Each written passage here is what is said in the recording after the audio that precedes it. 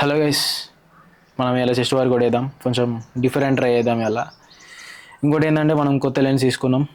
ఇప్పుడు నేను వాడేది చిన్న లెన్స్, లైక్ ఇది 16-50 mm. ఇప్పుడు నేను తీసుకున్నది 17-70 mm అది లెన్స్. ఇది 55,000 పడ్డది కొత్త లెన్స్. ఇది నేను ఇప్పుడు మనం మాట్లాడుకునేది ఇది 11,000, ఐ థింక్ 11,000 అనుకుంటా, 11,000 12,000 పడ్డది. డిస్క్రిప్షన్లో ఇస్తా ఆ లెన్సెస్, మీరు చూసుకోవచ్చు. ఇంకోటి ఏంటంటే మనం డిఫరెన్స్ చూద్దాం, ఆ లెన్స్కి ఈ లెన్స్కి ఎంత డిఫరెన్స్ ఉందో. ఆ లెన్స్ తీసుకోవడానికి కారణం ఏంటంటే మెయిన్లీ ఫొటోస్. ఇప్పుడు నేను వాడుతున్నా కదా, దీంతో ఫొటోస్ దిగచ్చు కానీ మరీ అంత క్లారిటీగా రావు. సో దాంతో దిగినాం అనుకో, లెన్స్ పెద్ద కదా, మంచిగా క్లారిటీ వస్తాయి అన్నట్టు. తీసేటోళ్ళు ఉన్నారు కానీ నేను ఎందుకు తీసుకున్నా అంటే అది ఉన్నారు, తెలిసిన వాళ్ళు ఉన్నారు అన్నమాట. వాళ్ళని అడిగిన షూట్ కోసం అడిగితే వాళ్ళు హ్యాండ్ ఇచ్చిండ్రు లాస్ట్కి. వాళ్ళని ఎందుకు అడుగుడు అనేసి ఎట్లయినా అవసరం పడుతుంది అనేసి లెన్స్ తీసుకున్నా. ఎవరిని అడుగుడు అవసరం లేదు, మనమే, ఎవరు మనకు సాయం చేయరు. సో లెన్స్ తీసుకున్నాం. పోస్ట్లకి మంచిగా, మెయిన్గా అయితే నేను పోస్ట్లకే తీసుకున్నా. అన్బాక్స్ చేసి చూద్దాం, డిఫరెన్స్ చూద్దాం ఎట్లుందో. 55,000 పెట్టినాం కదా, మంచిగా ఉంటుంది.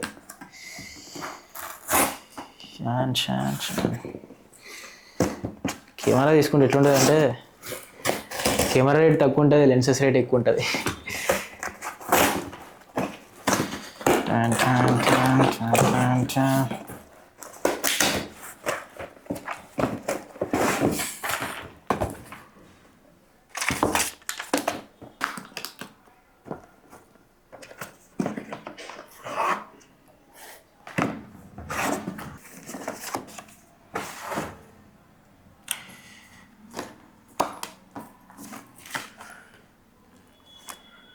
2 years వారంటీ ఇచ్చిండు వీడు. 2 years.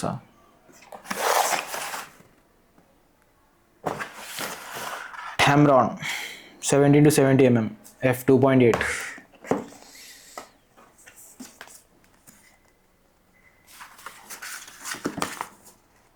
Tamron English.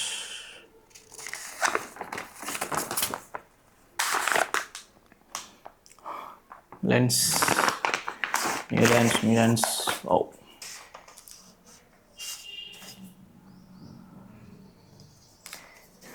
Made in Vietnam, designed in Japan. కొత్త లెన్స్ ఇవి, క్లారిటీ ఉన్నది. ఓకే, జిమ్లో కూడా చూద్దాం ఎట్లా వస్తుందో. ఇవి చిన్న లెన్స్, కొత్త లెన్స్ పెట్టి చూద్దాం, డిఫరెన్స్ చూద్దాం. ఫస్ట్ అయితే ఇది దీంతో చూసి అది పెట్టి చూద్దాం తర్వాత.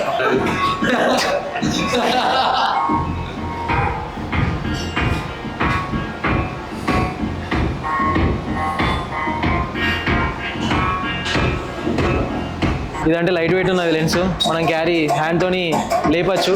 అది కూడా లేపచ్చు కానీ అందరితోని కాదు అది, ఎందుకంటే అది బరువు ఉంటుంది కాబట్టి మరి ఎక్కువసేపు మనం హోల్డ్ చేయలేం. సో ట్రైపాడే యూజ్ చేయాల్సి వస్తుంది, ఎందుకంటే అది బరువు ఉంటుంది కాబట్టి. కొత్త లెన్స్ ఇవి, మస్తు క్లారిటీ ఉన్నాయి. బావు, కాకపోతే ఏంటంటే బరువు ఉన్నది, చేతి కావట్లేదు, బాగా బరువు ఉన్నది, ఎక్కువ హోల్డ్ చేయలేము.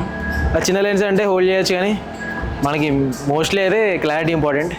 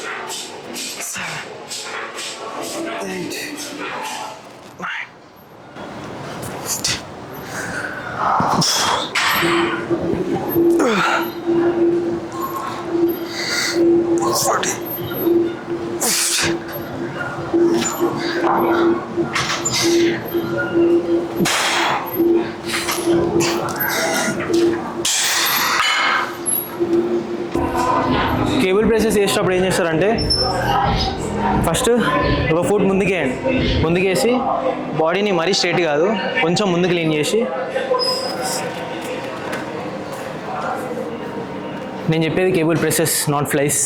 సో ఒక లెగ్ ఫార్వర్డ్ వేసి బాడీ ఉందా స్ట్రైట్ కాకుండా కొంచెం ముందు లీన్ అయ్యి ఇవి ఉన్నాయి విషయంలో ఈ కేబుల్ అనేది మీ ఎల్బోకి ఈక్వల్గా ఉండాలి. ఈక్వల్ ఉన్నాయి కిందికి ప్రెస్ చేయండి. ఆ కేబుల్ వెనుకకి వెళ్తుంది కదా, అంటే మీ ఎల్బో వెనుకకి వెళ్తుంది కదా, దాంతో మీ కేబుల్ కూడా మీ ఈక్వల్గా వెళ్ళాలి. ఇట్లా వెళ్ళద్దు, మరి ఇలా ముందుకు వెళ్ళద్దు. ఆ కేబుల్ అనేది మీ ఎల్బోతో ఈక్వల్గా వెళ్ళాలి. ప్రెస్ డౌన్, కిందికి ప్రెస్. తీసుకెళ్ళేటప్పుడు వెనుకకి స్లోగా తీసుకెళ్ళండి. బ్రీత్ ఇన్ తీసుకోండి, బ్రీత్ ఇన్. స్క్వీజ్ చేసేటప్పుడు బ్రీత్ అవుట్ చేయండి. Breath in, breath out. Presses వేరే, మళ్ళీ ఫ్లైస్ వేరే. ఇప్పుడు నేను చేసేది ప్రెసెస్, కేబుల్ ప్రెస్.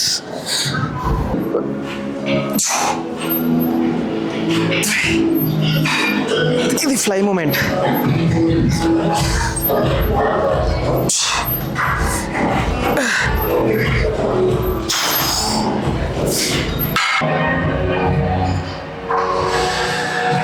సో ఇలా వర్కౌట్ వచ్చేసి మొత్తం డిఫరెంట్ చేసిన చెస్ట్ ప్రతిదీ. అంటే దగ్గర నేను ఇది 5th వేరియేషన్. ఇది స్మిత్ మిషన్తో స్టార్ట్ చేసిన, అది 3 సెట్స్ చేసిన. ఇంకోటి incline press, incline flies 2 sets చేసిన. Cable flies, cable press 2 sets చేసిన. నేను ఏం చేసిన లాస్ట్లో అయితే బార్ డిప్స్ అయితే పక్క కొడతా. ఇది 4 సెట్స్ చేస్తా. మొత్తం కలిపి 15 సెట్స్ అవుతాయి.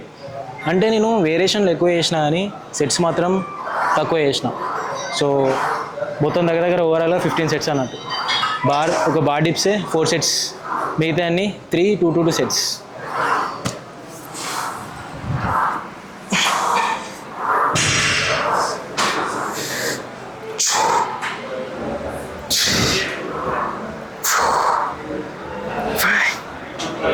Six, 7, 8, 9, 10, 11,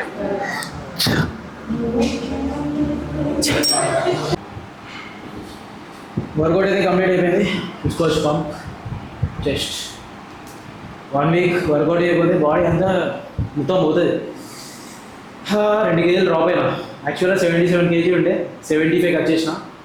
మళ్ళీ 1 వీక్లో కంబ్యాక్ చేయాలి. 1 వీక్లో 2 కేజీస్ అంటే కాదు, 1 kg అయితే కావచ్చు.